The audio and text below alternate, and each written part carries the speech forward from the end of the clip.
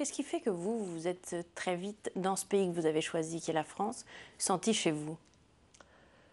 Vous avez dit vraiment le mot, je me sens chez moi, oui, absolument. Parce que je ne suis pas venu avec des priori. Je suis venu avec une pensée positive de bâtir, de construire.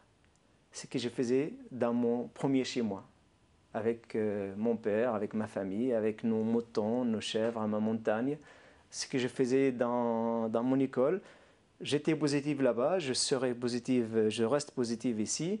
Donc, je me sens parfaitement à l'aise avec un paysan de l'Ardèche qui a une vie qui ressemble à celle de ma famille en Syrie. Donc, je n'ai pas eu l'impression qu'il y a la rue Championnet dans laquelle je suis depuis 21 ans me va parfaitement et je me sens à l'aise et j'aime mes voisins, ils m'aiment, on partage beaucoup de convictions, beaucoup de valeurs et beaucoup de bonnes choses ensemble. Qu'est-ce qu'il y a ici qu'il n'y avait pas chez vous, en Euh, Syrie? je pense aujourd'hui, ce qui me reste de souvenirs de 21 ans ici, c'est que j'espère, je souhaite pour les gens là-bas, c'est la démocratie. C'est ça qui me permet, moi, réellement de m'épanouir ici, et ce qui ne permet pas aux autres là-bas de vivre cette formidable invention humaine depuis les Grecs jusqu'à aujourd'hui. C'est cette liberté de parole, liberté d'entreprendre, et c'est ça qui est formidable. C'est cette raison-là pour laquelle vous avez quitté votre pays? Absolument, oui, bien sûr, bien sûr, bien sûr, parce que j'étais impliqué dans la vie politique tout jeune, donc à un moment donné, ce n'est plus possible de continuer, donc je suis venu dans ma deuxième chez moi à Paris. On continue de jouer? Ah, alors quand c'est cassé, paraît-il, il faut recommencer. Je ne suis pas très joueuse. 2. Ce dont la France a besoin. Oh, je pense qu'on peut rejouer tout de suite parce qu'on vient vraiment de dire, non? C'est ce qu'on a dit tout à l'heure. Oui. 1, 2, 3, 4, 5, la 13. Qu'avez-vous le mieux réussi dans votre vie? Je pense que j'aime pas parler en termes de réussite. Je préfère parler en termes en quoi j'étais le plus heureux de ce qui m'a le plus rendu heureux en le faisant.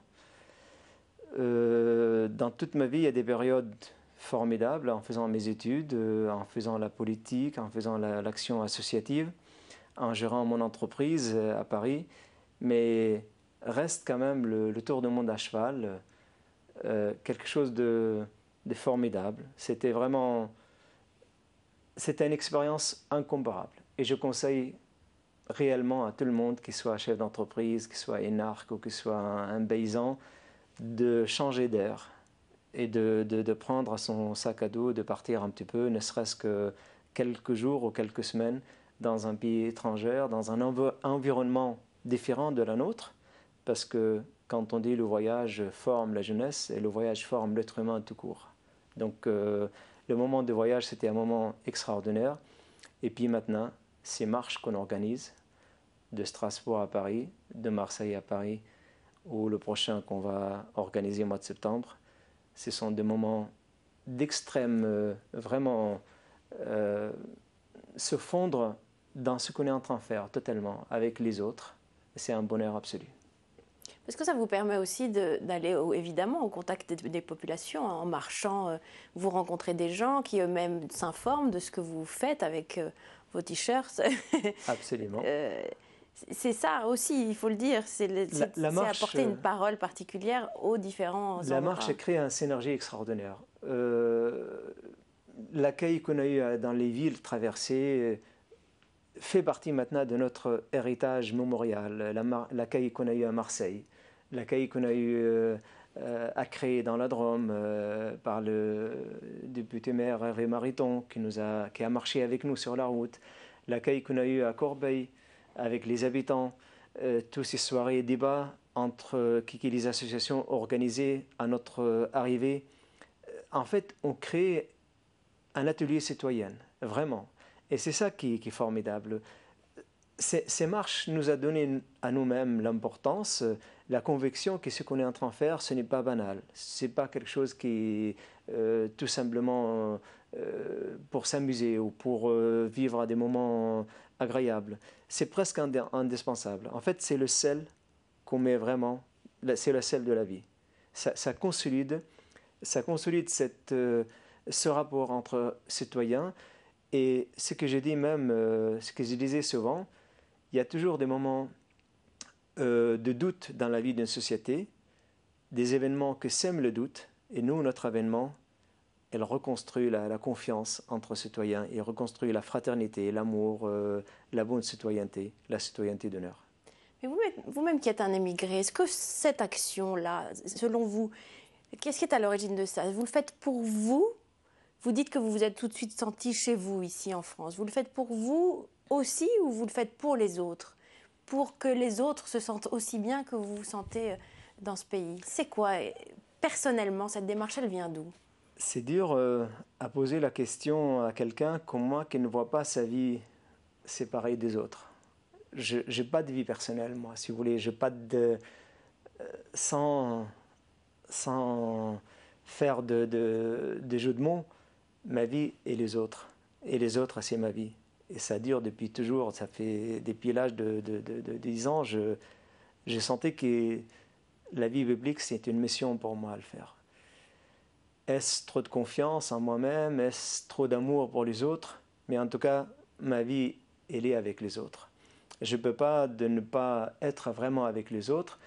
Et cette expérience que j'ai acquise depuis des années me guide, me donne toujours le boussole vers le nord en disant ces actions sont plus qu'indispensables. Quand on regarde le journal de 20h, on regarde malheureusement des mauvaises choses, des choses qui ne vont pas. Et alors, c'est quoi face à tout ça? On va croiser les bras? On va dire tout s'écroule? Eh bien non, on retranse les manches, on descend dans la rue, intellectuellement, mais aussi physiquement, pour redonner une vision à une société. Vous savez, chacun il peut être un guide, chacun il peut être un meneur d'hommes, c'est donné absolument à tout le monde. Mais bien sûr, c'est au détriment d'autre chose. Au détriment de sortir, au détriment d'une vie familiale, au détriment d'une vie, d'une vacance. Moi, je n'ai pas tout ça malheureusement, ou heureusement. Je le dis comme si c'était ma vie éternelle vacances, ou comme si c'était ma vie éternelle bonheur. Je le fais vraiment parce que j'aime l'environnement dans lequel je vis et j'aime les autres et les êtres humains autour de moi.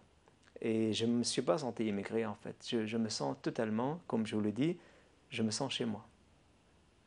Il y a un côté un peu religieux dans tout ça, non? Vous auriez pu être un merveilleux religieux. Spirituel peut-être, oui. Oui. Sophie, spirituel, je le suis. Je suis un homme croyant, donc peut-être c'est ça qui me donne, c'est cette foi. Je ne vois pas des psys, moi. Quand j'ai des moments sombres,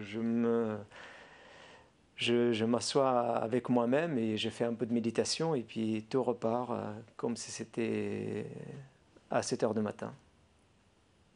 On continue. On continue. 6. 1, 2, 3, 4, 5, 6. Votre plus grand regret?